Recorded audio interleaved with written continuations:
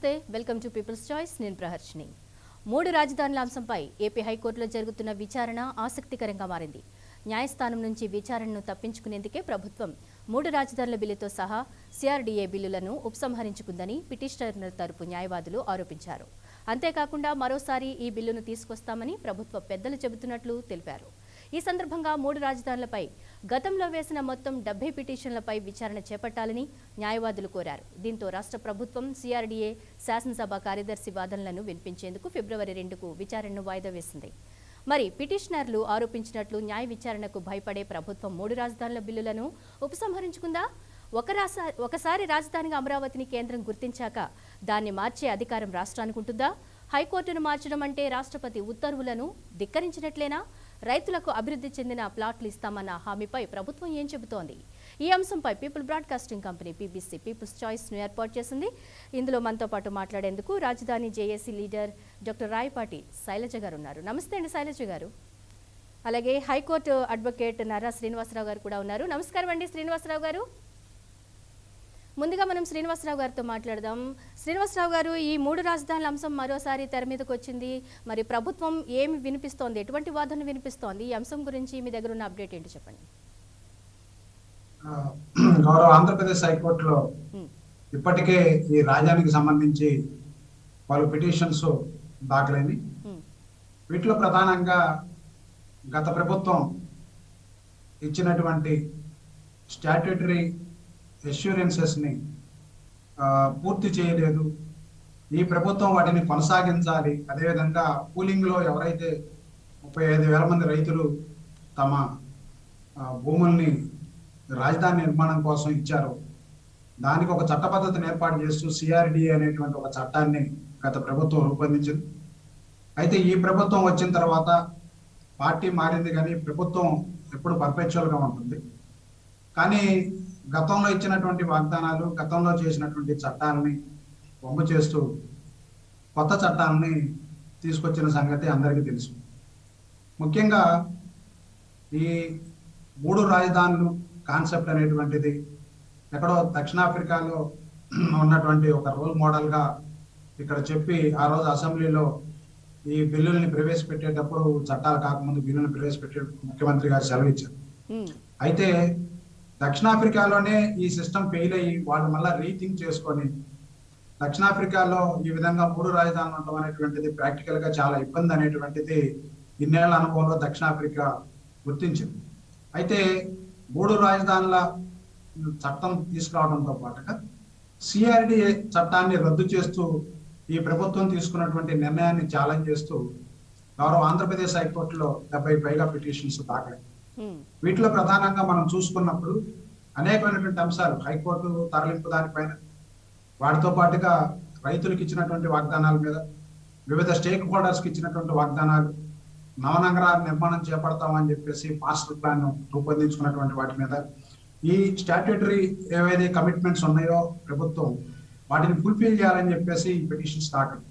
అయితే ఈ రోజు గౌరవ ఆంధ్రప్రదేశ్ హైకోర్టులో ప్రభుత్వం పట్టణాభివృద్ధి శాఖ కార్యదర్శి ద్వారా ఒక అఫిడవిట్ దాఖలు చేసి మేము ఈ 3 రాజధాని బిల్లుని, ఈ చట్టాలని వెనక్కి తీసుకుంటున్నాము, అదేవిధంగా సిఆర్డీఏ రద్దు చట్టాన్ని వెనక్కి తీసుకొని సిఆర్డీఏని పునరుద్ధరిస్తున్నాము, ఇంత ముందు ఉన్నటువంటి యథాతథ స్థితి కొనసాగిస్తున్నాము అని చెప్పేసి కోర్టుకు విన్నవించారు. వీటితోటి ఇప్పుడు సమస్య ఏమైందంటే, గతంలో justice JK Maheshwari chief justice గా ఉన్నప్పుడు ఈ కేసుల విచారణ మొత్తం పూర్తయి జడ్జిమెంట్ దశలో ఉండగా వీటికి చీఫ్ జస్టిస్ గారిని ఇక్కడ నుంచి ట్రాన్స్ఫర్ చేయడంతో ఆ కేసుల విచారణ అంతటితోటి ఆగిపోయింది. ఇప్పుడు మరలా చీఫ్ జస్టిస్ గా వచ్చినటువంటి ప్రశాంత్ కుమార్ మిశ్రా గారి కేసుల విచారణ చేపట్టి ఆల్మోస్ట్ అందరూ పిటిషనర్స్ తరఫున అడ్వకేట్స్ ఆర్గ్యుమెంట్స్ కంప్లీట్ అయిన దశలో చివరి బ్యాక్ ఎండ్ లో ప్రభుత్వం మేము వీటిని మేము స్వచ్ఛందంగా మేమే వెనక్కి తీసుకుంటున్నాము, ఈ చట్టాన్ని మేమే వెనక్కి తీసుకున్నాము, సిఆర్డీని పునరుద్ధరించి 3 రాజధాని చట్టాన్ని వెనక్కి తీసుకున్నాం అని చెప్పారు. అయితే ఇప్పుడు వచ్చినటువంటి సమస్య ఏంటంటే, మరలా ఈ అసెంబ్లీలో ఈ బిల్లుని ప్రవేశపెట్టి ఈ మన గవర్నర్ గారికి పంపించేటువంటి దశలో ప్రభుత్వం మరలా ఏం చెప్పిందా అంటే, మేము 3 రాజధానులకి కట్టుబడి ఉన్నాము, మరలా స్టేక్ హోల్డర్స్ అందరితో గతంలో సంప్రదించలేదు కాబట్టి వాళ్ళని సంప్రదించి మళ్ళా కొత్త చట్టాలు తీసుకొస్తామని చెప్పింది. పూర్తిగా విత్డ్రా చేసుకుంటే ఈ కేసుల విచారణ అవసరం లేదు. కానీ కేసుల విచారణ 2 దశల్లో పూర్తయి చివరికి జడ్జిమెంట్ వచ్చేటువంటి దశలో ప్రభుత్వం చేసిన చర్యల ఫలితంగా ప్రభుత్వం మీద ఒక అనుమానం వచ్చింది పిటిషనర్స్ కి అందరికి. ఏమనంటే కేవలం లీగల్ స్క్రూటినీ నుంచి ఈ చట్టాలకు ఉన్నటువంటి హేతుబద్ధత, చట్టబద్ధత ప్రశ్నించి కోర్టు తీర్పు నెగిటివ్ గా ప్రభుత్వానికి వస్తుందనేటువంటి భావంతో మరలా ఏదో ఒక నెపంతో తీర్పుని అవాయిడ్ చేయడం కోసం ఈ విధంగా చేశారా అనేటువంటిది చాలా మంది పిటిషనర్స్ నిన్న హైకోర్టులో జరిగినటువంటి వాదనలో గౌరవ ఆంధ్రప్రదేశ్ హైకోర్టు ధర్మాసనం, త్రిసభ్య ధర్మాసనం, justice Prashant Kumar Mishra chief justice of India, chief justice of Andhra Pradesh, మరియు ధర్మాసనంలో ఉన్నటువంటి మల్లవల్లి సత్యనారాయణ మూర్తి గారు ఆంధ్రప్రదేశ్ జస్టిస్, అదేవిధంగా మరొక న్యాయమూర్తి జస్టిస్ డివిఎస్ సోమయాజులు గారు, ఈ ముగ్గురు న్యాయమూర్తులు ఈ కేసు విచారణలో నిన్న అందరూ పిటిషనర్ తరఫున హాజరవుతున్నటువంటి న్యాయవాదులందరూ కూడా 16 మంది తమ యొక్క ఆర్గ్యుమెంట్స్ ని both return and oral arguments ని సమర్పించారు. దీంట్లో ఇప్పుడు ప్రభుత్వం మరలా 2వ తారీఖుకి ఈ కేసుల్ని తదుపరి విచారణకి, అంటే ప్రభుత్వం తరఫున రిప్లైకి ఈ కేసుల్ని విచారణని ఫిబ్రవరి 2వ తారీఖు వాయిదా ఇస్తాం. మేమంతా కోరుకునేది ఏంటంటే ఇప్పుడు లీగల్ స్క్రూటినీ నుంచి, లీగల్ రివ్యూ నుంచి తప్పించుకోవడం కోసం ప్రభుత్వం ఈ విధంగా చేస్తా ఉన్నాం.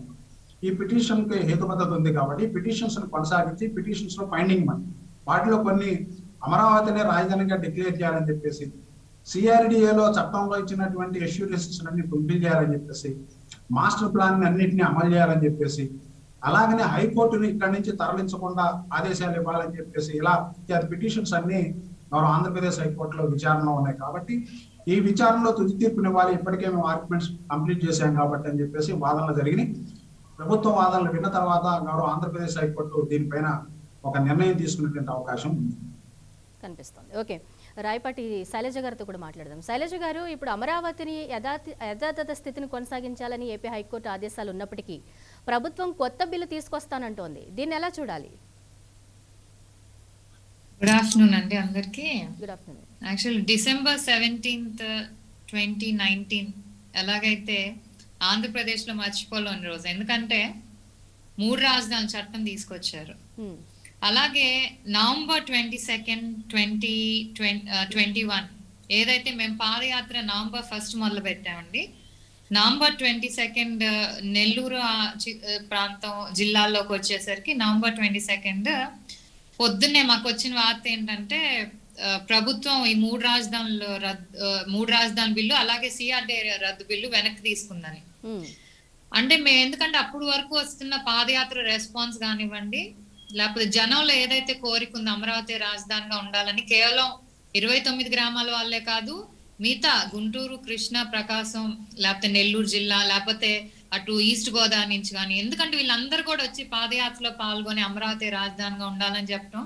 మేబీ ఇవన్నీ చూసి మేమందరం కూడా ఒక్క నిమిషం ప్రభుత్వం మనసు మార్చుకుందామో, జగన్మోహన్ రెడ్డి ఆయన ఈగోని పక్కన పెట్టి ప్రజలకేం కావాలి అని తెలుసుకొని ఈ డెసిషన్ తీసుకున్నాడు అని అనుకున్నాం. కానీ వెంటనే మేమందరం కూడా సంతోషపడే లోపే మళ్ళీ చట్టసభల్లో ఏదైతే అన్నారో మళ్ళీ 3 రాజధానుల బిల్లు పెడతాం. ఎందుకంటే మళ్ళీ ప్రజలు ఎలాగైతే డిసెంబర్ 17 మోసం చేశాడో ప్రజల్ని, ఆంధ్ర రాష్ట్ర ప్రజల్ని, తిరిగి మళ్ళీ నవంబర్ 22nd మళ్ళీ పెడతాం మేము 3 రాజధానుల బిల్లు అని చెప్పి మళ్ళీ మోసం చేశాడు. అంటే ఏంటంటే ప్రజలకి మరోసారి గుర్తు చేశాడు, నన్ను నమ్మద్దు, నేను ఇంతే, నేను మారను, మా ప్రభుత్వం పరిపాలన కంటే కూడా ప్రజల అభివృద్ధి కానీ లేకపోతే రాష్ట్ర అభివృద్ధి కంటే కూడా రాజకీయాల కక్షలకే ముందుంటా అనేది మళ్ళీ ఒకసారి రుజువు చేశారనమాట. ఇందాక నర్రా శ్రీనివాస్ గారు చెప్పినట్టు యాక్చువల్ గా నిజంగా కోర్టుని మోసం చేయటానికి ఏదైతే తీర్పు, ఎందుకంటే నవంబర్ 1st నుంచి మొదలైన వాదనలు వరుసగా నవంబర్ 15 నుంచి వాదనలు మొదలవుతున్నాయి. కంటిన్యూస్ గా వాదనలు వింటామని సీజే గారు చెప్పడం, అలాగే దాని ప్రకారం వెళ్ళటం చూస్తున్నా కూడా వాదనలు మొదలైన దగ్గర నుంచి కూడా ప్రభుత్వం అంటే సీజే గారు చేస్తున్నటువంటి వ్యాఖ్యలు కానివ్వండి, అమరావతి ఉద్యమం నీ స్వాతంత్ర ఉద్యమంతో పోల్చడం, లేకపోతే ఒక రాజధాని అంటే కేవలం ఆ 29 గ్రామాల వాళ్ళదే కాదు, ఎలాగైతే ఇండియా స్వాతంత్ర ఉద్యమం అనేది ఇండియా కోసం చేసే అందరికీ ఎలాగో అలాగే రాజధాని అనేది కూడా 5 కోట్ల ఆంధ్రులది అందరిది కలిపి, కాబట్టి ఇలా ప్రతిదీ కూడా రాజధానికి ఇదిగా మాట్లాడటం, వాళ్ళు చేస్తున్న ఉద్యమం కరెక్ట్ అని మాట్లాడతాం. అలాగే వీళ్ళు ఏదైతే ఆ బిల్లులు పాస్ చేయించుకున్నారో శాసన మండలిలో కానివ్వండి, అవన్నీ కూడా రాజ్యాంగానికి విరుద్ధంగా జరిగినాయి అని మొదటి నుంచి కూడా మన లాయర్లు అందరు దాని మీదే వాదన చేస్తున్నారు. అది కూడా గవర్నమెంట్ తెలుసు, గవర్నమెంట్ తరపు లాయర్లు కూడా తెలుసు. ఇవన్నీ కలిపి ఎలాగూ మనకి హైకోర్టులో ఏదైతే తీర్పు వస్తుందో మనకి వ్యతిరేకంగా వస్తుంది ప్రభుత్వానికి అని తెలిసి దానికి బ్రేక్ కొట్టడానికి వాళ్ళు ఈ 2 బిల్లులు కూడా వెనక్కి తీసుకుంటున్నాను చెప్పారు తప్పితే ఏదో రైతుల మీద ప్రేమతోనో రాష్ట్రం మీద ప్రేమతోనో కాదేమండి. ఎందుకంటే అదే మాట మళ్ళీ 3 రాజధానుల బిల్లు పెడతా ఉంటాం, లేకపోతే మినిస్టర్స్ అందరు కూడా వీళ్ళు బయటకు వచ్చి ఇది ఆరంభం మాత్రమే అంతం కాదు, శుభం కార్డు ఉంటది, 3 రాజధానులు పెడతా అని ప్రతి ఒక్కరు కూడా అంటే ఆషామాషి అయిపోయింది మాట. రాష్ట్ర భవిష్యత్తు ప్రతి ఒక్కరికి కూడా మంత్రులకి ఎవరైతే పరిపాలన సరిగ్గా చేయాల్సిన మంత్రులు, రాష్ట్రాన్ని ఒక మంచి స్థితిలో పెట్టాల్సిన మంత్రులు అలా పిచ్చి పిచ్చిగా మాట్లాడుతున్నారు అంటే అక్కడే అర్థం అవ్వాలి. ఎలాగైతే ప్రజల్ని మోసం చేస్తున్నారో అలాగే న్యాయస్థానాల్ని, న్యాయ దేవతను కూడా మోసం చేయడానికి మేము వెనకాడమని వీళ్ళు నిరూపిస్తూ ఉన్నారనమాట. మేము అప్పుడే చెప్పాం, ఒకవేళ గనక ఈయన బిల్లులు వెనక్కి తీసుకున్నా కూడా ఏదైతే మా ఉద్యమం ఉందో ఇది ఇక్కడితో ఆగదు, అమరావతిని అభివృద్ధి చేసే వరకు, అలాగే స్వయంగా ఆయన నోటి నుంచి అమరావతి రాజధానిగా ఉంటదనే వరకు కూడా ఉద్యమం చేస్తాను మేము ఆ రోజే చెప్పాము. అలాగే ఈ రోజు ఏదైతే నిన్న లాయర్లు గారు వీళ్ళందరూ కూడా కోర్టులో వాదనలు, ఎందుకంటే చాలా వాద్యాలు పిటిషన్స్ వేశారండి. కేవలం ఆ 2 బిల్స్ ఏదైతే వెనక్కి తీసుకోమనే కాదు, చెల్లవనే కాదు, రైతులతో చేసుకున్న కాంట్రాక్ట్ కానివ్వండి, లేకపోతే డెవలప్మెంట్ చేయాలి. ఎందుకంటే ప్లాట్స్ డెవలప్ చేసే టైం కూడా ఆల్మోస్ట్ అయిపోవచ్చింది అనమాట. ఈ చేయటం కానివ్వండి, మాస్టర్ ప్లాన్ ప్రకారం అభివృద్ధి చేయటం కానివ్వండి, ఇవన్నీ కూడా న్యాయబద్ధంగా జరగాలి. కాబట్టి ఇవన్నీ జరగనప్పుడు తప్పకుండా న్యాయ వ్యవస్థ కలగజేసుకోవాలని కూడా వీళ్ళందరూ వాదనలు వినిపించారు. మరి దానికి తగ్గట్టే సీజే కూడా మరి ప్రభుత్వం తరపున, ఎందుకంటే ప్రతిసారి కూడా వీళ్ళు కోర్టులో ఎఫిడవిట్లు వేయటం, సుప్రీం కోర్టులో వేశారు, మరి హైకోర్టు కానివ్వండి దానికి సంబంధించినవి కానివ్వండి ఆ పనులన్నీ త్వరగా చేసేస్తాను, ఇప్పుడు వరకు ఏమీ లేదు. అలాగే అభివృద్ధి పనులు ఏదైతే 3 రాజధానుల బిల్లు వెనక్కి తీసుకున్నాక ప్రభుత్వం తరపు ఏమంటే కరకట్ట పనులు మొదలు పెట్టామంటారు, పార్ట్ ఆఫ్ డెవలప్మెంట్ లోగా. అంటే అసలు ఇప్పుడు వరకు కట్టిన బిల్డింగ్స్ కానివ్వండి 90% లేకపోతే 75% పూర్తయిన వాటికి కూడా ఇప్పుడు వరకు వీళ్ళు కనీసం ఒక ఇటుకు కూడా వేసి వాటిని కంప్లీట్ చేయాల. కేవలం ఎలక్ట్రిక్ కనెక్షన్స్ కానివ్వండి, ప్లంబింగ్ కానీ ఇలాంటివి చేయాల్సినవి కూడా చేయకుండా కేవలం మేము అంటే ఒక కరకట్ట వెడల్పు ప్రోగ్రామ్ మొదలు పెట్టాము, ఇది పార్ట్ ఆఫ్ డెవలప్మెంట్ అని మోసం చేస్తున్నాయి ప్రతిసారి. అంటే కోర్టులు అంటే కూడా భయం లేదు వీళ్ళకి. ఆఖరికి న్యాయమూర్తులు కూడా వీళ్ళు మోసం చేసే స్థితికి తాగారంటే వీళ్ళకి నిజంగా అమరావతిని డెవలప్ చేయాలని లేదండి. అందుకే ఇప్పుడు కూడా ఈ కోర్టులో పిటిషన్ల తరపు లాయర్లు కానివ్వండి వీళ్ళందరూ కూడా వీళ్ళు చెప్పేది ఏదైతే ఉందో మోసపూరితమైంది, తప్పుదోవ పట్టిటానికే. కాబట్టి courts have to interfere, justice interfere అయ్యి ఇక్కడ ప్రజలకి న్యాయం చేయాలి, రాష్ట్రానికి న్యాయం చేయాలని కూడా మన న్యాయవాదులు అందరూ కూడా ఇప్పటికీ పోరాడుతున్నారంటే విషయం ప్రతి ఒక్కరు కూడా ఆలోచించుకోవాలి ఏం జరుగుతుందో రాష్ట్రంలో. యా శ్రీనివాస్ గారు, ఇప్పుడు న్యాయ సమీక్షకు అంటే న్యాయ విచారణకు ఈ 3 రాజధానుల అంశం నిలబడదు అన్న ఉద్దేశంతోనే వెనక్కి తీసుకుంది రాష్ట్ర ప్రభుత్వం అని అనుకోవచ్చు అంటారు ఈ బిల్లును? నిన్న ఆంధ్రప్రదేశ్ హైకోర్టులో జరిగినటువంటి వాదనల సారాంశం ఉంటుంది.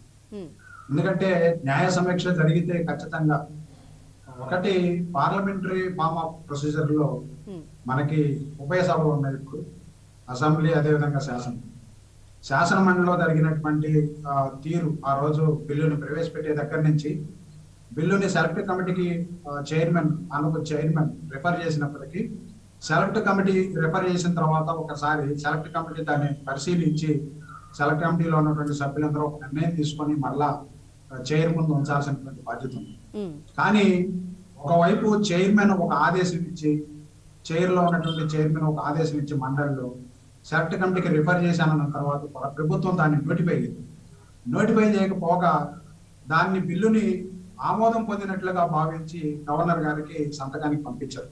కనీసం రాజ్యాంగబద్ధమైన పదవిలో ఉన్నటువంటి గవర్నర్ గారు ఆయనైనా సరే దీని మీద ఒక నిర్ణయం తీసుకొని మరలా దీన్ని వెనక పంపించాలి, ఆయన ఎసెంట్ కూడా వెనక పంపించాల్సిన బాధ్యత. కానీ ఇక్కడ 2 విధాలుగా, ఒకవైపు మండలిలో జరిగినటువంటి చర్చల సందర్భంగా సెలెక్ట్ కమిటీకి రిఫర్ చేసిన మండలి చైర్మన్ కాదని, మండలి చైర్మన్ ఒక రాజ్యాంగపరమైనటువంటి పదవి, అది అంతే జరిగింది. దాంతో పాటుగా ఇలా జరుగుతుందని గవర్నర్ గారి దృష్టికి వచ్చినా కానీ గవర్నర్ గారికి కూడా కాన్స్టిట్యూషన్ పోస్ట్, కానీ గవర్నర్ గారు కూడా ప్రభుత్వం ఏదైతే బిల్లుల్ని పంపించిందో ఆ బిల్లుల్ని ఏమాత్రం కనీసం పరిశీలన చేయకుండా, చట్టబద్ధతని పరిశీలన చేయకుండా ఆయన అసెంట్ ఇవ్వడం ద్వారా గెజెట్ పబ్లికేషన్ చేశారు. దీన్ని మేము ఛాలెంజ్ చేసాం. ఏఎస్ రామకృష్ణ గారి తరఫున మేము పిటిషన్ వేయడం జరిగింది. దాంట్లో కోర్టు ముందుకు అనేకమైనటువంటి అంశాలు తీసుకురావడం జరిగింది. అంతకుముందు ఎమ్మెల్సీగా ఉన్నటువంటి అశోక్ బాబు గారు, అదేవిధంగా ఎమ్మెల్సీ రామకృష్ణ గారు వీరిద్దరు పిటిషన్స్ దాఖలు చేశారు. ఎమ్మెల్సీ రామకృష్ణ గారి తరఫున మేము వేసినటువంటి పిటిషన్ లో ఇదే విధమైన టార్గెట్స్ కోర్టు ముందు ఉంచాం. ఎందుకంటే పార్లమెంటరీ ప్రొసీజర్ ని డివేట్ అయితే అది ఈ రోజు ఒక ప్రభుత్వం ఉండొచ్చు, ఒక పార్టీ ఉండొచ్చు, రేపు ఇంకొకరు ఉండొచ్చు. మనకి ఏదైతే ఒక యార్డిస్టిక్ ఉందో భారత రాజ్యాంగంలో ఉన్నటువంటి అవకాశాలని, రాజ్యాంగంలో ఉన్నటువంటి ప్రొసీజర్ ని మనం డివేట్ అయి కూర్చుంటే రేపు ఇది ఏ స్థితికైనా దిగజారేటువంటి అవకాశం ఉంది. మనం రాజ్యాంగ వ్యవస్థలో, రాజ్యాంగ పరిపాలనలో ఉన్నాం, వ్యక్తుల పరిపాలనలో లేవు. కానీ ఇక్కడ ఏం జరుగుతా ఉందంటే వ్యక్తి ఏదనుకుంటే అది ఖచ్చితంగా జరిగిపోవాలనేటువంటి పూర్తి అన్డెమోక్రటిక్ అట్మాస్ఫియర్ అనేటువంటిది మన రాష్ట్రంలో ఉంటాం. ఇది బాగా చర్చించదగింది. అందుకనే ఖచ్చితంగా జ్యుడిషియల్ స్క్రూటినీలో ఇది నిలబడదు. వాళ్ళు చేసినటువంటి చట్టాలు, ముఖ్యంగా బిల్లు పాస్ అయిన తర్వాత గవర్నర్ గారు ఇచ్చినటువంటి అసెంట్ కూడా దానికి సంబంధించినటువంటి రికార్డ్స్ ని తీసుకువచ్చి కోర్టు ముందు ఉంచమని చెప్పేసి కోర్టు ఆదేశించినప్పుడు ఆ రికార్డ్స్ ను కూడా ప్రత్యక్షంగా కోర్టు పరిశీలించడం జరిగింది. కాబట్టి ఈ అన్ని అంశాలను పరిగణలో తీసుకున్నప్పుడు రేపు కోర్టు నెగిటివ్ తీర్పిస్తే మరలా వాళ్ళు 3 రాజధానులు చేపట్టేటువంటి అవకాశం ఉండదు. కాబట్టి అంత ప్రొసీడింగ్స్ అయిపోయిన తర్వాత ఇప్పుడు చెప్పిన రీజన్ ఏంటంటే చాలా విచిత్రకరం రీజన్. మేము స్టేక్ హోల్డర్స్ సంప్రదించి మరలా కొత్త చట్టాలను తీసుకొస్తాం, 3 రాజధానులు చేస్తాం. మరి గతంలో వాళ్ళు ఏం చేశారు? జిఎన్ రావు కమిటీని ఏర్పాటు చేసింది ప్రభుత్వం. జిఎన్ రావు కమిటీ అనేక ప్రాంతాల్లో పర్యటన చేసి మేము ప్రజాభిప్రాయాన్ని సేకరించాము, 3 రాజధానులు కావాలంటున్నారు ప్రజలు అని చెప్పారు. మరి ఇది అంతా హంపక్కేనా? 3 రాజధానుల కోసం మీరు ఏదైతే ఒక కమిటీని వేశారో ఆ కమిటీ రిపోర్ట్ రాకముందే అసెంబ్లీలో ఆ కమిటీ రిపోర్ట్ యొక్క సారాంశాన్ని ముఖ్యమంత్రి గారు ప్రకటించారు. అంటే రిపోర్ట్ మీద గౌరవం లేదు, అదే విధంగా ప్రజలు ఇచ్చినటువంటి అభిప్రాయం మీద గౌరవం లేదు. మరి ప్రజలు అభిప్రాయాలు తీసుకోకపోతే జిఎన్ రావు కమిటీని ఎందుకు వేశారు? జిఎన్ రావు గారి కమిటీని వేసిన తర్వాత మరి ఆ కమిటీ నిబంధనలకు అనుగుణంగా మరి మేము చట్టాలు తీసుకొచ్చామని చెప్పి ఒకవైపు మీరు అసెంబ్లీలోనే అదేవిధంగా అనేక ప్రాంతాల్లో చెప్పి మరలా అదే రీజన్ మెన్షన్ చేస్తూ మేము స్టేక్ హోల్డర్స్ అందరినీ సంప్రదించాలి కాబట్టి మేము మరలా ఇంకొక చట్టాన్ని తీసుకొస్తామని అంటే ఈ విధంగా ఏంటంటే అపహాస్యం చేయడమే. ఒక ప్రాసెస్ ని, జ్యుడిషియల్ ప్రాసెస్ ని అపహాస్యం చేయడం. నేను కోర్టులో మేము ఇదే ఎంఫసైజ్ చేసాం. ఎందుకంటే ఈ విధంగా అనుమతిస్తే ఎన్ని చట్టాలు ఎన్నిసార్లు చేస్తారు మన రాష్ట్రానికి? ఇప్పటికీ రాజధాని అనేటువంటిది ఉందనేటువంటిది ఏం చెప్పుకోవాలి మనం? ఇన్ని సంవత్సరాలు అయింది. ఇప్పుడు వీళ్ళు వచ్చి 3 సంవత్సరాలు అయింది. గతంలో 5 సంవత్సరాలు 14 నుంచి 19 వరకు ఒక ప్రభుత్వం. మరి 2 ప్రభుత్వాలు కలిసి ఇప్పుడు మనం రాజధాని ఎక్కడ అనేటువంటి చెప్పుకునేటువంటి అంశంలో ఇప్పటికీ మా ఆంధ్రప్రదేశ్ ప్రజలు మీమాంసలో ఉన్నారని అంటే దీనికి బాధ్యత ఎవరు వహించాలి? ఇంకా ఇప్పుడు మళ్ళా కొత్త చట్టం తీసుకొస్తామని అంటే కొత్త చట్టం తీసుకొచ్చిన తర్వాత ఇంక ఎన్ని రోజులు ఎట్లాంటి డిస్కషన్ జరగదు. మళ్ళా దాన్ని ఎట్లాగో ఖచ్చితంగా ఛాలెంజ్ చేయడం జరుగుతుంది. అందుకనే కోర్టుకి ఇవన్నీ సౌకర్యంగా చెప్పడం జరిగింది. కోర్టులో న్యాయమూర్తులు కూడా మేము కన్విన్స్ చేయడం జరిగింది. ఈ విధంగా అనుమతిస్తే ఖచ్చితంగా రేపు మరలా ప్రతి చట్టం తీసుకొచ్చి, కొత్త చట్టం తీసుకొచ్చి మరలా జ్యుడిషియల్ స్క్రూటినీలో ఉన్నప్పుడు తూచని చెప్తే ఇదేమో రాజ్యాంగాన్ని అపహాస్యం చేయడం అవుతుంది. అందుకని ఆలోచించాలి విజ్ఞతతో. ఇప్పుడు ప్రభుత్వం అనేటువంటిది వ్యక్తుల పాలన కాదండి. మనం రాజ్యాంగ వ్యవస్థలో రూల్ ఆఫ్ లా, చట్టబద్ధమైనటువంటి పాలనలో మనం చట్టం ఒక యాడిస్టిక్ గా ఉండాలి. ఏ వ్యక్తికైనా ఒకసారి తప్పు చేసామనుకోండి దాన్ని సమీక్షించుకొని మరలా ఆ తప్పు జరగకుండా చూసుకోవాలి. ఇంతమంది ప్రజలు ఇప్పుడు రాజధాని రైతులు ఎన్ని రోజుల పాటు పాదయాత్ర చేశారు. వాళ్ళకి వచ్చినటువంటి ప్రజాదరణ జిల్లాల్లో కూడా వాళ్ళు ఎంతమంది వేల మంది ప్రజలు వచ్చి వాళ్ళకి స్వాగతం పలకటం, అదే విధంగా అనేక రకాలుగా ఆదరించారు. మరి దీన్ని బట్టి ప్రభుత్వానికి ఏం అర్థం కాదు? ఇంటెలిజెన్స్ వ్యవస్థ ఉంది, ప్రభుత్వానికి సంబంధించినటువంటి పోలీస్ వ్యవస్థ ఉంది, అనేకమైన స్పెషల్ బ్రాంచ్ ఉంది, ఇవన్నీ ఉన్నాయి. మరి ప్రభుత్వం ప్రజల నాడిని తెలుసుకొని అవసరమైతే తప్పు చేసినప్పుడు ఆ తప్పుని సరిదిద్దుకునే విధంగా వెళ్ళిపోవాలి తప్ప మరలా తప్పుని తిరిగి మరలా తప్పులు చేస్తామని అంటే ప్రజలు రాబోయే కాలంలో క్షమించరు. ఖచ్చితంగా దీనికి సరైనటువంటి పాఠాన్ని అధికారంలో ఉన్నటువంటి పార్టీ ఖచ్చితంగా రేపు ఈ ఫలితాన్ని అనుభవించాల్సి ఉంటుందని నేను చెప్తాను. శైలజ గారు, ఆల్రెడీ గతంలో చూసాం మన 3 రాజధానుల అంశాన్ని వ్యతిరేకిస్తూ రైతులు పాదయాత్రలు చేశారు. న్యాయస్థానం టు దేవస్థానం పాదయాత్ర చాలా సక్సెస్ అయింది, చూసాం మనము. అనేక నిరసనలు వ్యక్తం చేసినప్పటికీ కూడా ప్రభుత్వం వాటన్నిటినీ ఎందుకు కన్సిడర్ చేయట్లేదంటారు? అంటే తదుపరి కార్యాచరణ జేఏసీ ఆధ్వర్యంలో ఎలా ఉంటుందంటారు? మీరు మొదటి నుంచి కూడా చూస్తే అండి, ఏదైతే ఫస్ట్ డెసిషన్ తీసుకున్నప్పుడు కూడా రాష్ట్రం అంతా కూడా బయటకు వచ్చింది. ఎందుకంటే అమరావతి రాజధానిగా ఉండాలని కేవలం 29 గ్రామాలే కాదు, గుంటూరు కృష్ణాలో కానివ్వండి, లేకపోతే ప్రకాశం జిల్లా కానివ్వండి, లేకపోతే ఈస్ట్ తూర్పు అన్ని చోట్ల కూడా అందరూ బయటకు వచ్చి అమరావతి రాజధానిగా ఉండాలని కూడా ర్యాలీలు చేయటం, ఇవన్నీ కూడా గుంటూరులో ఎంత పెద్ద ర్యాలీ జరిగిందో చూసాం. మహిళలు కానివ్వండి, అలాగే విజయవాడలో కూడా ఇవన్నీ కూడా చూస్తూనే ఉన్నాం.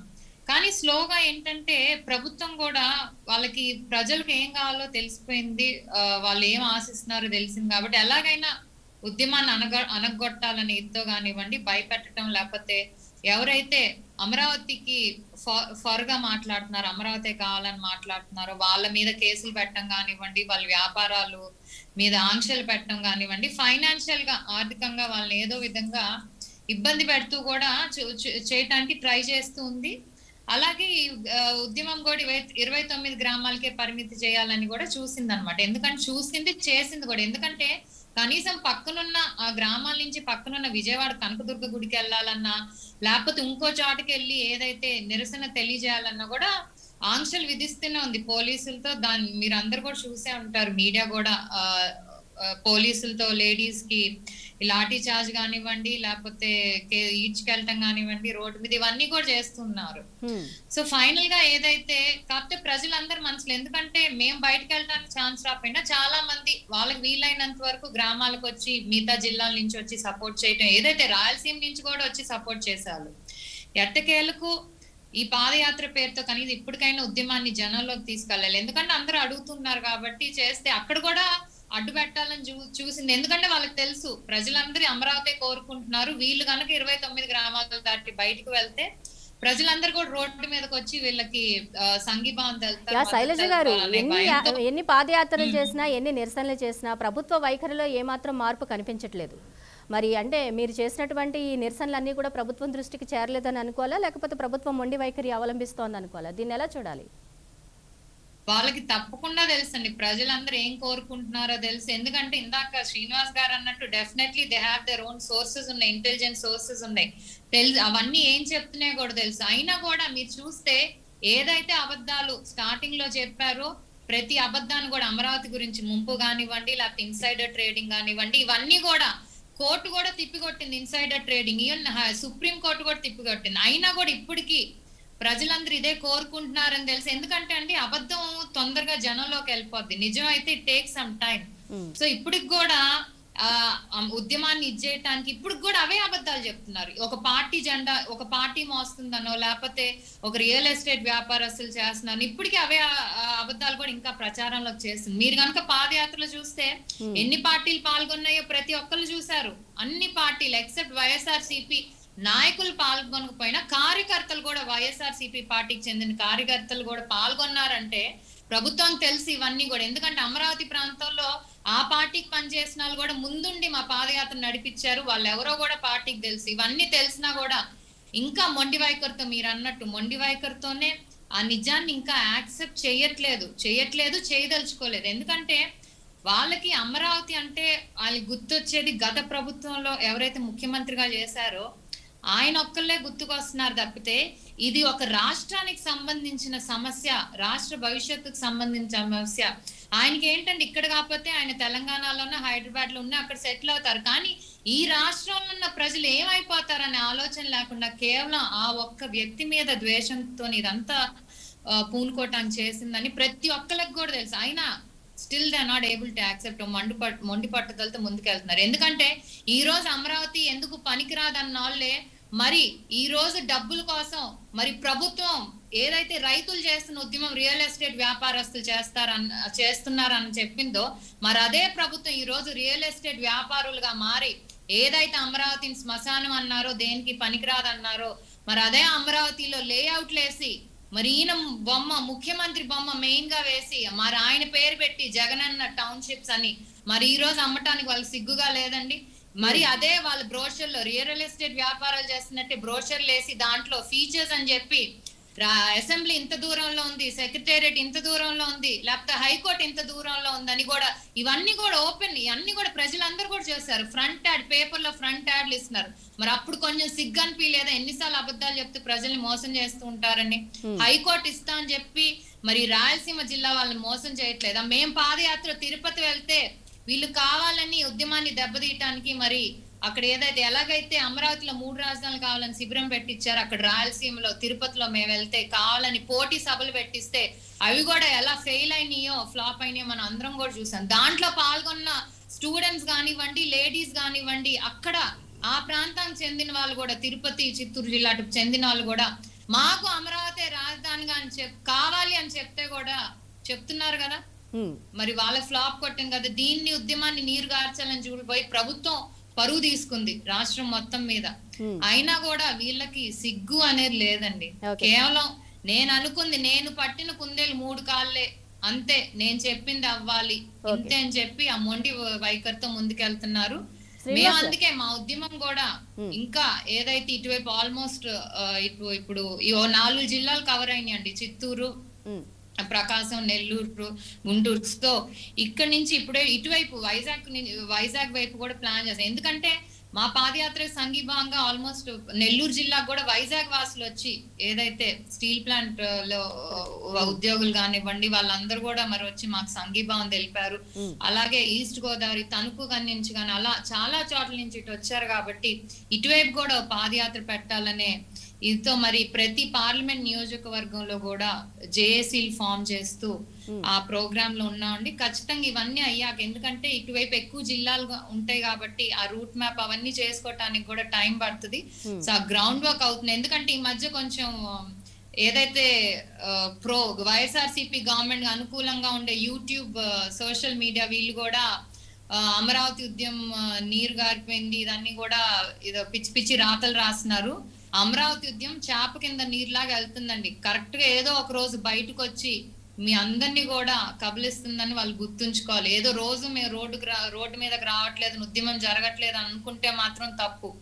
ఉద్యమం జనాల్లోకి తీసుకెళ్తున్నాము, ప్రతి చోట కూడా ఆదరిస్తున్నారు అమరావతి. ఎందుకంటే ప్రతి ఒక్కరు కూడా ఈ 2.5 years అమరావతి రాజధానిగా లేకపోవటం వల్ల ప్రతి ఒక్కరు కూడా ఎలా నష్టపోయాం ఈ రోజు ప్రజలు వాళ్ళే రియలైజ్ అవుతున్నారు. కాబట్టి ప్రతి ఒక్కరు కూడా అండా దండా ఉంది.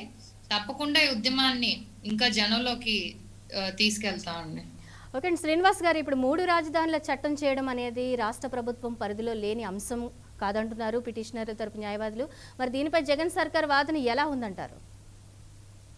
ఇది యాక్చువల్గా గతంలోనే దీనికి సంబంధించి వాదోపవాదాలు జరిగినప్పుడు ప్రథమ దశలో ప్రభుత్వం చెప్తుంది ఏంటంటే భారత రాజ్యాంగంలో కొత్త రాష్ట్రాల ఏర్పాటుకు సంబంధించి ఆర్టికల్ 3, ఆర్టికల్ 4 వీటితో పాటుగా మన ఆంధ్రప్రదేశ్, ఉమ్మడి ఆంధ్రప్రదేశ్ ని బైఫర్కేషన్ చేసేటప్పుడు ఏపీ స్టేట్ రీఆర్గనైజేషన్ యాక్ట్ 2014 అప్పుడు ఉన్నటువంటి కాంగ్రెస్ ప్రభుత్వం తీసుకుంది.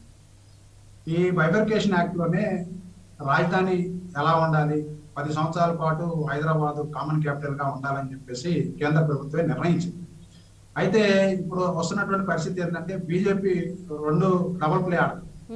ఒకవైపు వాళ్ళ రాష్ట్ర నాయకత్వం ఏమో ఆందోళనలో పాల్గొని ఈ 3 రాజధానులకు వ్యతిరేకంగా ఫైట్ చేస్తారు. కానీ కోర్టులోకి వచ్చి అఫిడవిట్ వేసేటప్పుడు మాత్రం 3 రాజధానుల నిర్ణయం అనేటువంటి రాష్ట్ర ప్రభుత్వాన్ని అని చెప్తారు. మరి 2014లో మీరు బైఫర్కేషన్ యాక్ట్ తెచ్చినప్పుడు, రీఆర్గనైజేషన్ యాక్ట్ తెచ్చినప్పుడు దానికి అనుగుణంగా సిఆర్డిఏ చట్టం తీసుకొచ్చినప్పుడు గౌరవ ప్రధానమంత్రి గారు నరేంద్ర మోడీ గారు వచ్చి ఇక్కడ శంకుస్థాపన చేశారు రాజధానికి నిర్మాణానికి. చాలా మంది మంత్రులు, కేంద్ర మంత్రులు కూడా వచ్చారు. అనేక రాష్ట్రాల ముఖ్యమంత్రులను కూడా ఆహ్వానించారు. మన అందరికీ గుర్తుండేవా, చాలా ఖర్చు పెట్టి అందరిని విమానాల్లో తీసుకొచ్చారు పాపం. కానీ తీసుకొచ్చిన తర్వాత ఏమైంది, మీరు రాజధాని నిర్మాణం కోసం ఒక 2,000 కోట్లు 2,500 కోట్లు కేంద్ర ప్రభుత్వం ప్రకటించింది. ఆ ప్రకటించినటువంటి ఫండ్స్ తోటే రాజధానిలో ఇప్పుడు అమరావతిగా ఏదైతే మనం అనుకుంటున్నామో అమరావతి ఏరియాలో అనేకమైనటువంటి బిల్డింగ్ల నిర్మాణం జరిగింది. ఇది వాస్తవా కాదా? మనం అందరం అంగీకరించాల్సినటువంటి వాస్తవం. మరి ఒకసారి మీరు చట్టం చేసిన తర్వాత కేంద్ర ప్రభుత్వం పార్లమెంట్ లో, ఆ పార్లమెంట్ లో చట్టం చేసినప్పుడే మీరు ఉమ్మడి రాజధానిగా హైదరాబాద్ ఉంటుందని చెప్పి 10 సంవత్సరాలు ఎలా చెప్పగలిగారు? మీకు అవకాశం ఉండబట్టే కదా, చట్ట ప్రకారం, రాజ్యాంగ ప్రకారం ఆ విధమైనటువంటి అవకాశం ఉండబట్టే కదా మీరు 2 రాష్ట్రాలకి కామన్ క్యాపిటల్ గా హైదరాబాద్ 10 సంవత్సరాల పాటు ఉంటుందని చెప్పారు. చెప్పిన తర్వాత మరలా ఒకసారి క్యాపిటల్ నిర్మాణం చేసుకొని సిఆర్డిఏ చట్టం చేసినప్పుడు దానికి అనుగుణంగా మీరు వచ్చి ఇక్కడ శంకుస్థాపన చేశారు, డబ్బులు ఇచ్చారు. కానీ కోర్టులో వాళ్ళు వేసినటువంటి అఫిడవిట్ చూస్తే మాత్రం కేంద్ర ప్రభుత్వం చాలా హాస్యాస్పదం. మాకు సంబంధం లేదు 3 రాజధానులు అనేటువంటిది, రాజధాని ఎక్కడ ఉండాలనేటువంటిది రాష్ట్ర ప్రభుత్వం నిర్ణయించుకోవాలని చెప్పారు. ఇది చాలా దుర్మార్గం. ఒకవైపు పార్టీ ఒకటి చెప్తుంది, ప్రభుత్వం ఒకటి. ఆ విధంగా రాజకీయ పార్టీలు కూడా ముఖ్యంగా బీజేపీ మన రాష్ట్రానికి తీవ్ర అన్యాయం చేస్తాం. ఉమ్, వాళ్ళు అధికారంలో ఉండి ఈ విధంగా ఇన్ని వేల కోట్ల రూపాయలు కేంద్ర ప్రభుత్వం ఫండ్స్ ఇచ్చిన తర్వాత ఆ ఫండ్స్ ని రాజధానిలో పోర్ చేసి రాజధానిలో పౌర నిర్మాణాలు చేసిన తర్వాత ఉమ్, ఇప్పుడు మరలా మీరు ఇష్టం వచ్చినట్టు మీరు రాజధానిని నిర్మాణం చేసుకోవచ్చారంటే మనం ఒకటి గమనించాలి. ఏపీ రీఆర్గనైజేషన్ యాక్ట్ లో ఉన్నటువంటి ఎష్యూరెన్సెస్ ఏమైపోయినాయి? ఏపీ రీఆర్గనైజేషన్ యాక్ట్ లో అదేవిధంగా ఆ రోజు పార్లమెంటరీ వేదికగా కాంగ్రెస్ బీజేపీ రెండు కలిసి ఈ రాష్ట్రానికి స్పెషల్ స్టేటస్ ఇస్తా ఉన్నారు. ఎవరైనా ప్రస్తావిస్తున్నారా ఈ రోజు స్పెషల్ స్టేటస్ గురించి? స్పెషల్ స్టేటస్ ఇస్తే అనేకమైన పరిశ్రమలు రావడానికి, అనేకమైన ఎష్యూరెన్సెస్, అనేకమైనటువంటి కన్సెషన్స్ రావడానికి అవకాశం ఉంది. కానీ ఎక్కడా కూడా స్పెషల్ స్టేటస్ అనేటువంటి బీజేపీ చెప్పడం లేదు, అదేవిధంగా ఇప్పుడున్నటువంటి అధికార పార్టీ చెప్పడం. మరి మనకి పార్లమెంటరీ వేదిక ఇచ్చినటువంటి ఎష్యూరెన్సెస్ ఈ రాష్ట్రంలో అనేకమైనటువంటి నిర్మాణాలకి కేంద్ర ప్రభుత్వం సహాయం చేయాలి, పోలవరానికి సహాయం చేయాలి. ఎన్ని కోట్ల రూపాయలు మనం బైఫర్కేషన్ తర్వాత ముఖ్యంగా 2019లో క్యాపిటల్ అక్కడి నుంచి ఇక్కడికి షిఫ్ట్ చేసుకున్న తర్వాత ఎన్ని కోట్ల రూపాయలు మీరు ఇచ్చినటువంటి పార్లమెంటరీ వేదికల మీద ఇచ్చినటువంటి ఎష్యూరెన్సెస్ ఫుల్ఫిల్ చేశారు. అదే విధంగా రాజధాని నిర్మాణానికి ఎంత నిధులు ఇచ్చారు? ఈ రోజు రాష్ట్రంలో ఏం జరుగుతా ఉంది మనకు తెలుసు కదా. చాలా మంది యువత ఇక్కడ ఉద్యోగాలు లేక, ఇక్కడ పరిశ్రమలు లేక వలసపోతా ఉన్నారు. బెంగళూరు వెళ్తా ఉన్నారు, చెన్నై వెళ్తా ఉన్నారు, హైదరాబాద్ వెళ్తా ఉన్నారు. ఎలాంటి దుస్థితి మనకి ఎందుకు రావాలి? మనం ఒక రాజధాని నిర్మాణం చేసుకోవడంతో పాటుగా, అదే విధంగా సాఫ్ట్వేర్ కు ఒక హక్కుని ఏర్పాటు చేసుకోవడంతో పాటుగా, ఇండస్ట్రియల్ హక్కుని ఏర్పాటు చేసుకోవడంతో పాటుగా, ఇలాగా బహుళ ప్రాంతాల్లో ముఖ్యంగా ఈ రోజు కొన్ని ప్రాంతాల్లో ఇప్పుడు రాయలసీమ, ఉత్తరాంధ్ర ప్రాంతాల్లో కొన్ని యాజిటేషన్స్ కూడా జరుగుతా ఉన్నాయి. అక్కడ నిజంగానే కొన్ని జిల్లాలు వెనకబడిపోయినాయి. ఆ వెనకబడిన జిల్లాలకి ఈ ప్రభుత్వం ఏం చేస్తుంది? ఏమైనా కొత్త పరిశ్రమలు వచ్చినాయా? ఇప్పుడు 3 ఏళ్ళు దగ్గర కావస్తా ఉంది ప్రభుత్వం వచ్చి. ఏమైనా కొత్త పరిశ్రమలు ఈ రాష్ట్రానికి తీసుకురాగలిగారా? సాఫ్ట్వేర్ కంపెనీలు ఏమైనా తీసుకురాగలిగారా? ఇన్ఫ్రాస్ట్రక్చర్ డెవలప్మెంట్ ఏమైనా చేయగలిగారా? ఏమి చేయట్లా. రోజు తగాదా పెడతా ఉన్నారు. నిన్నటి దాకా మన రాజధాని 3 రాజధానులు, ఇవాళ మళ్ళా జిల్లాల విభజన జరుగుతూ ఉంది. కొత్త జిల్లాలు కూడా సడన్ గా రాష్ట్ర ప్రభుత్వం ప్రకటించడం వెనక ఏదైనా ఆంతర్యం ఉందా అని కూడా ప్రజలు ఆలోచిస్తున్నారు. ఈ కొత్త జిల్లాలను ఇప్పటికిప్పుడు ఎందుకు పెంచారు అంటే 3 రాజధానుల అంశాన్ని మళ్ళీ తెర మీదకి తీసుకొచ్చి, ఇన్ని జిల్లాలు ఉన్నాయి కాబట్టి అభివృద్ధిని మనము అన్ని చోట్ల విస్తరించాలి కాబట్టి మనకు 3 రాజధానులు ఉండాలి ఖచ్చితంగా అన్న ఒక పాయింట్ని రేస్ చేయడం కోసమే రాష్ట్ర ప్రభుత్వం ఉన్న పళంగా కొత్త జిల్లాలను ప్రకటించింది అనుకోవచ్చా? యాక్చువల్ గా ఇప్పుడు అభివృద్ధి చేస్తామంటే, ఉన్న జిల్లాల్లో అభివృద్ధి చేస్తామంటే ఎవరన్నా ఆపారండి? 3 సంవత్సరాల నుంచి అభివృద్ధి చేయడానికి ఎవరన్నా అడ్డుకున్నారా? ఒక్కళ్ళన్నా అడ్డుకున్నట్టు చెప్పండి. ఎక్కడైనా మీరు ఇండస్ట్రీ పెడతానంటే ఆ ఇండస్ట్రీ మాకు వద్దని ఎవరన్నా ఆశ్రయం చేశారు ఎక్కడన్నా? కానీ ప్రపోజల్ ఉందా? మరి మన రాష్ట్రంలో ఆల్రెడీ ఉన్నటువంటి ఇప్పుడు మనకి పోర్టులు ఉన్నాయి. పోర్టుల్ని ప్రైవేటీకరిస్తా ఉన్నారు, ప్రైవేట్ వ్యక్తులకి ఇస్తా ఉన్నారు. విమానాశ్రయాలు జిల్లాకు ఒక విమానాశ్రయం పెడతా ఉన్నారు. ఉన్న విమానాశ్రయాలకి దిక్కులేవు, ఉన్న విమానాశ్రయాలు. అలాగనే ఇప్పుడు జిల్లాలు ఉన్నాయి. జిల్లాలో వెనుకబడిన జిల్లాలకు మీరు ఏమైనా ప్యాకేజ్ ఇచ్చి అభివృద్ధికి ఏమైనా చర్యలు చెప్పారు? రాయలసీమ 4 జిల్లాలు ముఖ్యమంత్రి గారు రాయలసీమ నుంచి వచ్చారు. ఆ రాయలసీమకి ముఖ్యమంత్రి గారు ఏం చేశారు? ఏమైనా కొత్త పథకాలు ఏమైనా తీసుకొచ్చారు? కొత్త పరిస్థితులు అప్పుడు లాస్ట్ ప్రభుత్వంలో కియా మోటార్స్ అన్నా వచ్చింది అనంతపురం జిల్లా. అదే విధంగా శ్రీ సిటీ వచ్చింది గతంలో మనకి రాయలసీమ జిల్లాలోని చిత్తూరులో. మరి కొత్త పరిశ్రమలు ఏమీ రాకుండా అభివృద్ధి ఎలా జరుగుతుంది? రెండోది, ఈ రోజు పిఆర్సీ ఉంది. ప్రభుత్వ ఉద్యోగులు ఇప్పటికి తీవ్రంగా ఆందోళన చేస్తున్నారు. అనేక జిల్లా హెడ్ క్వార్టర్స్ లో ఈరోజు మనం చూస్తా ఉన్నాం. మహిళలు కూడా వచ్చి ఆ ఉద్యమంలో పాల్గొంటున్నారు, మహిళా ఉద్యోగులు. ఇన్ని సమస్యలు ఉండగా మళ్ళీ ఇంకో కొత్త సమస్యలు సృష్టించి మళ్ళా జిల్లాల విభజన ఉన్నారు. మీరు మంచిగా జిల్లాల విభజన చేయండి, కానీ దానికి ఒక రేషనాలిటీ ఉండాలి. మీరు మంత్రివర్గాన్ని పిఆర్సీ జీవోలను ఆమోదించడం కోసం వారం క్రితం మంత్రివర్గ సమావేశం పెట్టారు. అప్పుడు ఏమన్నా విష్పర్ ఉందా? కనీసం కొత్త జిల్లాలు పెడుతున్నాం అనేటువంటిది మంత్రులకి ఏమైనా తెలియజేశారా? తెలియజేయాలి. యాక్చువల్ గా ఆత్మాభిమానం ఉంటే మంత్రులందరూ ఆలోచించాలండి. ఒక వ్యక్తి ఒక నిర్ణయం తీసుకొని అర్ధరాత్రి నిర్ణయం తీసుకుంటే సంతకాలు పెట్టేస్తున్నారే, ఈ విధంగా వెన్నెముక లేకుండా ఈ విధంగా యాక్ట్ చేస్తా ఉంటే రేపు ప్రజల ముందు మీరు జవాబుదారీగా వ్యవహరించాలా లేదా? ప్రజల ముందు జవాబుదారీగా వ్యవహరించాల్సినటువంటి మంత్రులు అర్ధరాత్రి జీవోలు తీసుకొస్తే సంతకాలు పెడతారు, ఆమోదిస్తారు. ఆన్లైన్ లో మీటింగ్లు పెట్టి ఆమోదించబట్టి ఆమోదిస్తారు. వెన్నెముక లేదా? ప్రజాప్రతినిధులు అనేటువంటి వాళ్ళు ఆ విధంగా ఆలోచన చేసే స్థాయి లేదా? రాజ్యాంగం ప్రకారం ఒక మంత్రికి ఒక ప్రతిపత్తి ఉంటే ఆ విధమైన ప్రతిపత్తి నుంచి మర్చిపోయి మీరు ఒక వ్యక్తి ఏదన్నా చేయమంటే ఆ వ్యక్తి ఏ విధంగా చేస్తే ఆ విధంగా ఆ వ్యక్తి యొక్క ఇష్టాలకు అనుగుణంగా మీరు యాక్ట్ చేస్తా ఉంటే చట్టం ఏం కావాలి, రాజ్యాంగం ఏం కావాలి, వ్యవస్థలు ఏం కావాలి? అందుకని ఈ రోజు రాష్ట్రంలో ఏం జరుగుతాం ఎవరికి ఏం తెలియదు. అన్ని నిమిషాల్లో సెకండ్లో వచ్చేస్తాయి. మీరు ఇంకోటి ఆలోచించండి, ఈ విత్డ్రా చేసుకున్నారు కదా ఈ చట్టాలన్నింటినీ, ఈ చట్టాలన్నింటినీ విత్డ్రా చేసుకోవడం మంత్రులు కూడా తెలియదు. ఆ రోజు మీటింగ్ పెట్టి విత్ ఇన్ మినిట్స్ లో వాళ్ళకి సర్క్యులర్ చేసేసి ఈ చట్టాలను ఉపసంహరించుకున్నామని చెప్పారు. రీజన్ కూడా చెప్పాల. అంటే చట్టాలను ఉపసంహరించుకునేటప్పుడు రీజన్ చెప్పరు, వాళ్ళకి మంత్రులకు తెలియజేయరు. కొత్త చట్టాలు కొత్త జిల్లాలు చేసేటప్పుడు మంత్రులకు చేయరు. మరి ఈ విధంగా ఇట్లాంటి పరిస్థితి, అనాగరికమైనటువంటి పరిస్థితి, అన్కాన్స్టిట్యూషనల్ పరిస్థితి అనేటువంటి రాష్ట్రంలో ఉంటే మనం ఎటువైపు పయనిస్తామని మనకి ఫ్యూచర్ ఏంటండి?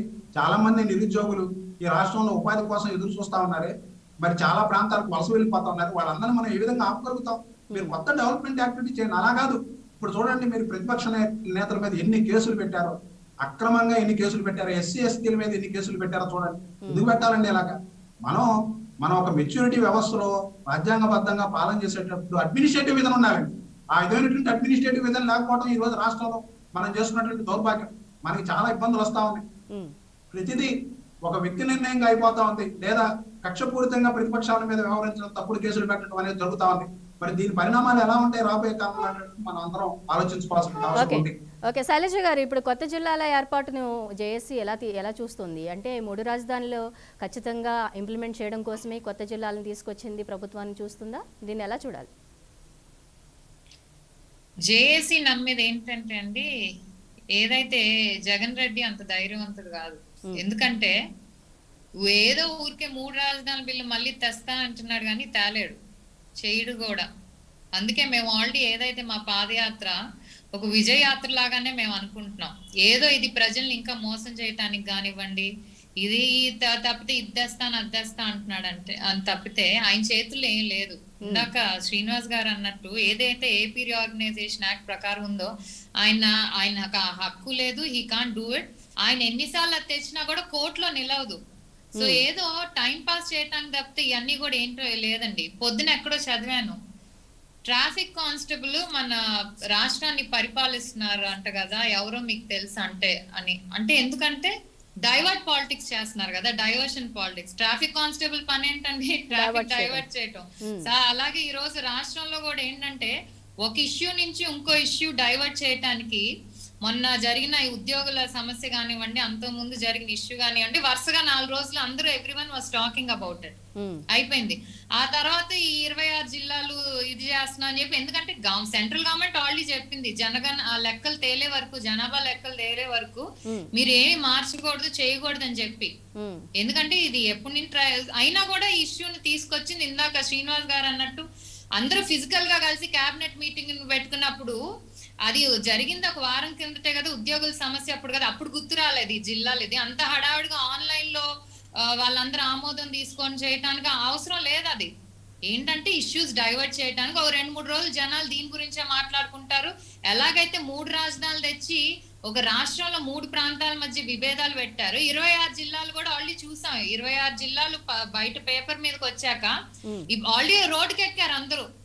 ఎందుకంటే మేము ఇది అనుకున్నాం, మీరు వేరేది ఇచ్చారు, లేకపోతే మీరు ఎవరిని సంప్రదించేశారు, మాకు ఇది అక్కర్లేదు, లేకపోతే ఈస్ట్ గోదావరిలో ఉన్న వాటిని వెస్ట్ లో పెట్టారు, వెస్ట్ లో ఉండాల్సిన వాళ్ళు ఈస్ట్ లో పెట్టారు, లేకపోతే ప్రకాశం జిల్లాలో కందుకుని తీసుకెళ్లి మీరు నెల్లూరు జిల్లాలో, ఇలా ప్రతి ఒక్కరు కూడా ఏంటంటే ఇప్పుడు ప్రతి జిల్లా కూడా కొట్టుకునేటట్టు చేయటానికి తప్పితే దీనివల్ల వీళ్ళకి అడ్మినిస్ట్రేషన్ అనేది తెలియదండి.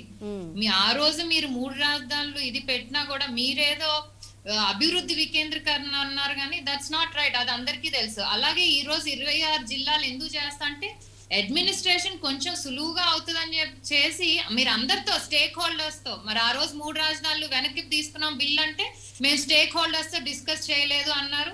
మరి బోగస్ కమిటీస్, జిఎన్ రావు గానీ, బోస్టన్ కమిటీ గానీ అవన్నీ బోగస్ అని మీరే ఇండైరెక్ట్ గా చెప్పారు. మళ్ళీ స్టేక్ హోల్డర్స్ తో మాట్లాడుతున్నా అంటున్నారు.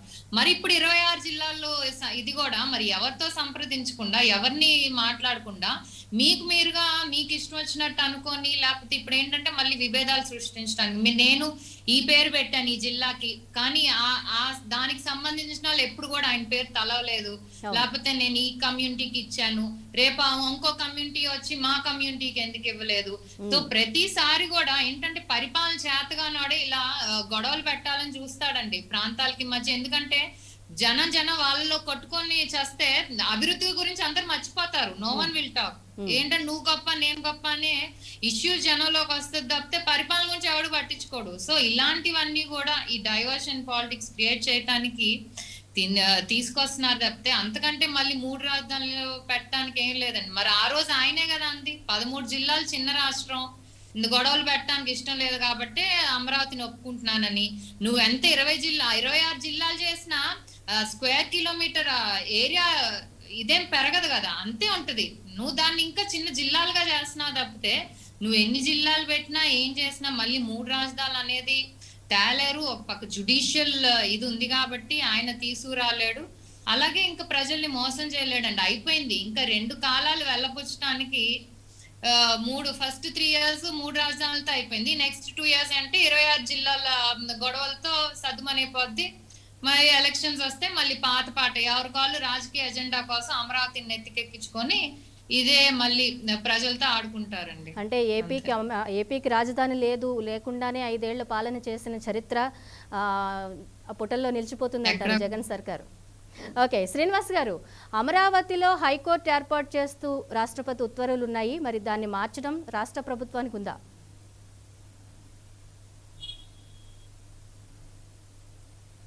శ్రీనివాస్ గారు, మీ ఆడియో మ్యూట్లో ఉంది, ఒక్కసారి అన్మ్యూట్ చేసుకుని మాట్లాడండి. ఖచ్చితంగా లేదండి.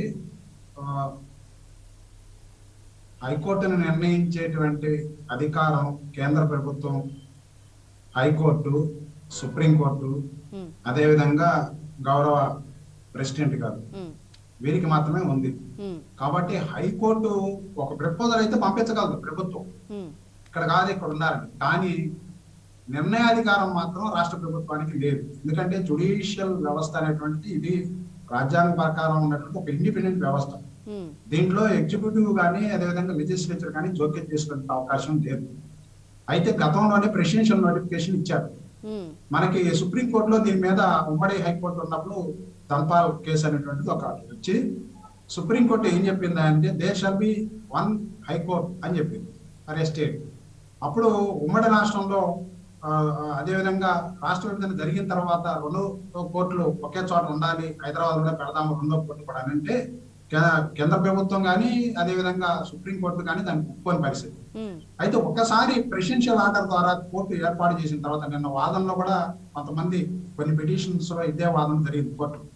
ఒకసారి ప్రెసిడెన్షియల్ నోటిఫికేషన్ ద్వారా కోర్టు ఎక్కడా అనేటువంటిది నోటిఫై అయిన తర్వాత మరలా దాన్ని మార్చేటువంటి అవకాశం రాష్ట్ర ప్రభుత్వానికి లేదు. దాన్ని అడ్మినిస్ట్రేషన్ ఆఫ్ జస్టిస్ లో జోక్యం చేసుకోవడం అవుతాయి అనేటువంటిది పిటిషనర్ల తరఫున కోర్టులో నిన్న వాదన.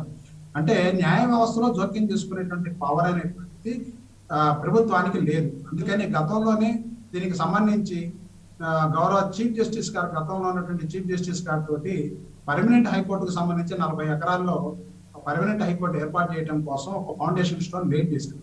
కానీ దానికి హానర్ చేస్తూ ఖచ్చితంగా హైకోర్టుని పర్మనెంట్ హైకోర్టుని నిర్మించాలనేటువంటి దాన్ని కూడా ఒక పిటిషన్ గా గౌరవ ఆంధ్రప్రదేశ్ హైకోర్టు స్వీకరించింది. కాబట్టి ఇవన్నీ అంశాలు నిన్న చీఫ్ జస్టిస్ గారి ముందు ఇట్లాంటి ప్రస్తావన వచ్చినప్పుడు ఆయన కూడా అదే అన్నారు. సరే, ఇప్పుడు ప్రస్తుతానికి బిల్లు చట్టాలు మాత్రం పూర్తిగా ఉపసంహరించుకున్నారు కాబట్టి న్యాయ రాజధాని లేదు కదా అనేటువంటి. ఏదేమైనా ప్రభుత్వం ఏంటంటే ఒక ఆలోచించాలి, తమ పరిధిలో ఉన్నటువంటి అంశాలు, తమ పరిధిలో లేనటువంటి అంశాలు. ఓట్ అనేటువంటిది ప్రభుత్వ పరిధిలో ఉన్నటువంటి అంశం కాదు. ప్రభుత్వం సజెషన్ ఇవ్వగలుగుతుంది కాదు ఇన్ఫ్రాస్ట్రక్చర్. అయితే ఇప్పటికే దీని మీద ఇన్నర్ కమిటీ అంటే హైకోర్టులో అడ్మినిస్ట్రేటివ్ కమిటీ అనేటువంటిది పలు ప్రాంతాలను అప్పుడు సందర్శించి ఫీజిబిలిటీకి సంబంధించినటువంటి ఒక రిపోర్ట్ ఇవ్వడం, దాని మీద ఒక నిర్ణయం తీసుకోవడం జరిగింది. కాబట్టి హైకోర్టు ఎట్టి పరిస్థితుల్లోనూ తరలించేటువంటి అవకాశం రాష్ట్ర ప్రభుత్వానికి లేదు. అయితే కర్నూలులో హైకోర్టును ఏర్పాటు చేస్తామని చెప్పేసి వీళ్ళు ప్రకటించారు. ఇప్పటికే మానవ హక్కుల కమిషన్, అదేవిధంగా ఇంకా ఒక 2-3 సంస్థలు అట్లాగే వక్ఫ్ ట్రిబ్యునల్ ఇట్లాంటి వాటిని, లోకాయుక్త, ఈ 3టిని కూడా కర్నూలు కేంద్రంగా తరలించి ఏర్పాటు చేయాలి. నిన్న అది కూడా సమస్య వచ్చింది. మరి హ్యూమన్ రైట్స్ కమిషన్ తీసుకెళ్లి కర్నూలులో ఉన్నటువంటి ప్రభుత్వ గెస్ట్ హౌస్ లో పెట్టారు. ఎన్ని రోజులు పెడతారు ఆ విధంగా ప్రభుత్వ గెస్ట్ హౌస్ లో? కానీ వచ్చి ఫిర్యాదుదారులకు యాక్సెసిబిలిటీ ఉండాలి, వాళ్ళకి కావాల్సిన ఇన్ఫ్రాస్ట్రక్చర్ ఉండాలి, స్టాఫ్ ఉండాలి. ఇవన్నీ లేవు. అంటే ఏదో కావాలని వాళ్ళ యొక్క మాటని నెగ్గించుకోవడం కోసం తీసుకెళ్లి కర్నూలులో ఒక జీవో, గతంలో జీవో ఇచ్చారు, ఇన్ఫ్రాస్ట్రక్చర్ ఫెసిలిటీ అంతా విజయవాడలో కల్పించారు. వాటన్నింటినీ తీసుకెళ్ళి అప్పటికప్పుడు జీవో జారీ చేసి తీసుకెళ్లి కర్నూలులో పెట్టారు. కానీ కర్నూలులో పెట్టిన తర్వాత ఇప్పటికీ కూడా ఈ 3 వ్యవస్థలకి, లోకాయుక్త కానీ, వక్ఫ్ ట్రిబ్యునల్ కానీ, అదేవిధంగా హ్యూమన్ రైట్స్ కమిషన్ కానీ మినిమం సౌకర్యాలు లేవు. దీంతో పాటుగా వెళ్ళేటువంటి ఫిర్యాదుదారులు కూడా చాలా ఇబ్బందికరమైనటువంటి పరిస్థితి ఉంది. క్యాపిటల్, అదేవిధంగా హైకోర్టు క్యాన్సిలరీగా ఇవన్నీ ఉంటే బాగుంటుంది అనేటువంటి ఒపీనియన్. కావాలంటే సర్క్యూట్ అంటే బెంచెస్ అక్కడ పెట్టుకోవచ్చు, అంటే సిట్టింగ్స్ అక్కడ పెట్టుకోవచ్చు, తప్పేం లేదు. రాష్ట్రం మొత్తం పెట్టుకోవచ్చు. హ్యూమన్ రైట్స్ కమిషన్ సభ్యులు ఉంటారు, చైర్మన్ ఉంటారు. కాబట్టి అదేవిధంగా లోకాయుక్త కూడా గతంలోనే అనేక ప్రాంతాల్లో జిల్లాల్లో పర్యటన చేసి ఫిర్యాదులు సేకరించినటువంటి సందర్భం మనం చూసాం. కాబట్టి ఇలాగా మనం అడ్మినిస్ట్రేటివ్ ఫీజిబిలిటీ ఏంటి అనేటువంటిది చూడాలి. ఒకవేళ కోర్టు కనుక షిఫ్ట్ చేశారనంటే అధికారులకు చాలా ఇబ్బంది. ఎవ్రీడే అధికారులు కోర్టుకు వచ్చి అఫిడవిట్లు సమర్పించాలి.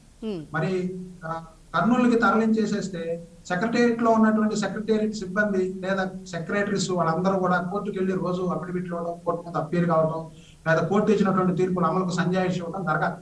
ఇవన్నీ చాలా ఖర్చుతో కూడుకున్నటువంటి విషయం. అందుకే దక్షిణాఫ్రికాలో ఈ 3 వ్యవస్థలు 3 చోట్ల పెట్టి ఇప్పుడు తలబొట్టుకొని ఇట్లా కాదు బాబు మనం ఉమ్మడి క్యాపిటల్కి వెళ్ళిపోదామని ఎక్కడైతే మన ముఖ్యమంత్రి గారు చెప్పారో దక్షిణాఫ్రికాలో ఈ విధంగా 3 క్యాపిటల్స్ ఉన్నాయి, వాళ్ళు రీథింక్ చేసుకున్నారు. కానీ మనం రీథింక్ చేసుకోవడానికి సిద్ధంగా లేదు. చివరిగా సమయం అయిపోతుంది కాబట్టి శ్రీనివాస్ గారు, చివరిగా యాజ్ సీనియర్ అడ్వకేట్ గా మీరు ఏం చెప్పాలనుకుంటున్నారు ప్రభుత్వానికి కానీ ఇటు ప్రజలకు కానీ ఈ అంశం గురించి? ఇది యాక్చువల్ గా రాజధాని అనేటువంటి ప్రజలందరికీ సంబంధించిన అంశం. ఇది కేవలం కోర్టుకో న్యాయవాదులకో లిటిగెంట్ పబ్లిక్ కో సంబంధించిన అంశం కాదు. మనం చాలా బాధపడుతున్నాం. 2014లో బైఫర్కేషన్ వచ్చిన తర్వాత, చట్టం వచ్చిన తర్వాత 2022లో మనం ఉన్నాం. 8 సంవత్సరాల దగ్గరగా గడిచిపోయింది. మనం ఇప్పటికీ కూడా రాజధాని ఎక్కడ అనేటువంటి చెప్పుకోలేని దుస్థితిలో మనం ఉన్నాం. ఇది చాలా ప్రతి పౌరుడు, రాష్ట్రంలో ప్రతి పౌరుడు బాధపడాలి. రెండోది, ఒక క్యాపిటల్ అనేటువంటిది ఒక ప్రాంతంలో ఉంటే, ఒక చోట ఎస్టాబ్లిష్ అయ్యి దానికి యాన్సిలరీగా అనేక డెవలప్మెంట్స్ వస్తాయి. ఇక్కడ నేను చివరిగా చెప్పదలుచుకుంది ఏంటంటే, అభివృద్ధి వేరు, పాలన వేరు. పాలనా కేంద్రాలుగా రాజధాని ఉండొచ్చు, కానీ విశాఖపట్నంలో ఏ పాలనా కేంద్రం ఉండి విశాఖపట్నం అభివృద్ధి అయిందండి? చిత్తూరులో మనకి శ్రీ సిటీ పెట్టిన తర్వాత ఎన్ని పరిశ్రమలు వచ్చినాయి చిత్తూరుకి?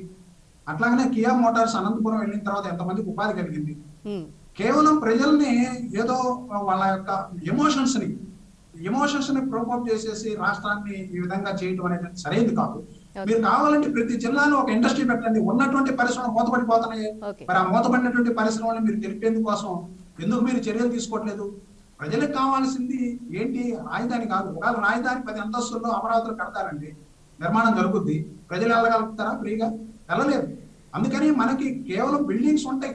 మన యొక్క ఒక స్టేచర్ ని తెలియజేయడం కోసం బిల్డింగ్స్ ఉంటాయి, కానీ బిల్డింగ్స్ ఒకటే ప్రాతిపదిక కాదు. ప్రజల అభివృద్ధి కావాలంటే, ప్రజల యొక్క అభివృద్ధి ఫలాలు ప్రజలకు చేరాలంటే వాళ్ళకి ఉపాధి రావాలి, పరిశ్రమలు రావాలి, ఎడ్యుకేషన్ పెరగాలి, అట్లానే స్కిల్ డెవలప్మెంట్ ప్రోగ్రామ్స్ పెట్టాలి. ఇవి చేయటం ద్వారా రాష్ట్రాన్ని అభివృద్ధి చేయండి. కానీ ఇప్పుడు రాంగ్ ప్రొజెక్షన్ ఏంటంటే, రాజధాని ఉంటేనే అభివృద్ధి అనేటువంటి రాంగ్ ప్రొజెక్షన్ ఉంది. ఆ విధంగా రాజధాని ఉంటేనే అభివృద్ధి అనేది లేదు. విశాఖపట్నం మనకు ఉదాహరణ. అక్కడ రాజధాని లేకపోయినా అభివృద్ధి జరిగింది. కాబట్టి 3 రాజధానులు అనేటువంటి దాన్ని విరమించుకొని ఏకైక రాజధానిగా అమరావతిని ప్రకటించి అమరావతిని అభివృద్ధి చేసి, మీరు అన్ని జిల్లాలకి కావాల్సినటువంటి మంచి మంచి ప్రభుత్వ సెక్టార్ ఇండస్ట్రీస్ కానీ, లేదా విద్యాలయాలు కానీ, యూనివర్సిటీలు కానీ పెట్టండి. కావాలనుకుంటే జిల్లాకు ఒకటి మీరు ఎయిర్పోర్ట్ పెట్టదలుచుకుంటే పెట్టండి, మీకు అక్కడ ఫీజిబిలిటీ ఉంటే. కానీ రాజధాని మాత్రం ఏకైక అమరావతిగా ఉన్నారని నేను కోరుకుంటున్నాను. ఓకే అండి, చివరిగా శైలజ గారు మీరు కూడా చెప్పేసండి. ఇప్పుడు జేఏసీ తరపున ప్రభుత్వాన్ని మీరు ఏం డిమాండ్ చేస్తున్నారు? భవిష్యత్ కార్యాచరణ ఎలా ఉండబోతోంది? అమరావతి రైతులు కానివ్వండి, జేఏసీ కానివ్వండి, ఏ ప్రాంత అభివృద్ధికి అడ్డం కాదు. రాజధాని అభివృద్ధి అవ్వాలి. దీని నుంచి వచ్చి ఫలాలు ఏవైతే ఉన్నాయో ఇవన్నీ కూడా అన్ని ప్రాంతాలు, మీరు ఏదైతే వెనకబడిన ఉత్తరాంధ్ర అంటున్నారో లేకపోతే రాయలసీమ అంటున్నారో వాటన్నిటికి కూడా ఇచ్చి రాష్ట్రాన్ని అంతా అభివృద్ధి చేయండి అని చెప్తున్నా. ఈ రోజు మీరు అమరావతిని చంపేయటం వల్ల అక్కడ రావాల్సిన ఫలాలు కూడా రాక, మీకు డబ్బులు లేక ఈ రోజు అడుక్కునే స్టేజ్ కి ప్రజల మీద నుంచి వసూలు చేసి ప్రజలకి భారంగా తయారయ్యారు తప్పితే మీరు 3 రాజధానులు అంత సాధించింది ఏం లేదండి. అలాగే మేము ప్రభుత్వానికే కాదు, ఎవరైతే కొంతమంది మేధావులు అని చెప్పుకొని ఈ రోజు మాట్లాడుతున్నారు, కుహ్నా మేధావులు, వాళ్ళకు కూడా చెప్తున్నాం, మీరు రాయలసీమకి హైకోర్టు వస్తే అభివృద్ధి చెందుతుంది అంటున్నారు. మీరు నిజంగా ఆలోచించండి. మీకు రాయలసీమ నిధులు, నీళ్లు, నియామకం వీటి గురించి ప్రశ్నించండి ప్రభుత్వాన్ని. ఇవి వస్తే అభివృద్ధి చెందదు తప్పితే రాష్ట్ర ప్రభుత్వం ఏదైతే వాళ్ళ చేతుల్లో లేదో హైకోర్టుని షిఫ్ట్ చేయటం, మిమ్మల్ని మోసం చేసి హైకోర్టుని పెడతా అని మిమ్మల్ని మాయ చెప్పి ఇలా గొడవలు సృష్టిస్తుంది తప్పితే వాళ్ళ చేతుల్లో లేని పనండి. మీకు నిజంగా రాయలసీమకి రావాల్సిన ఇండస్ట్రీస్ కానివ్వండి, నీళ్లు కానివ్వండి, అలాగే జాబ్స్ కానివ్వండి, ఇవన్నీ వీటి కోసం పోరాడండి. మేము వెంటుండే. ఎందుకంటే వైజాగ్ స్టీల్ ప్లాంట్ వాళ్ళు బయటకు వచ్చి ప్రైవేటైజేషన్ ఆపాలన్నప్పుడు అమరావతి రైతులు అక్కడికి వెళ్ళి వాళ్ళతో పాటు సంఘీభావం తెలిపొచ్చారు. ఎందుకంటే మాకు ఉత్తరాంధ్ర బాగుండాలి, అలాగే రాయలసీమ బాగుండాలి అనే భావంతో ఉన్నాం కాబట్టి. అలాగే ఈ పోరాటం ఏదైతే ఉందో అమరావతిని అభివృద్ధి చేసే వరకు కూడా కొనసాగుతుందండి. అన్ని పార్లమెంట్ నియోజకవర్గాలు ఇందా చెప్పినట్టు జేఏసీస్ ఫామ్ చేస్తున్నాము.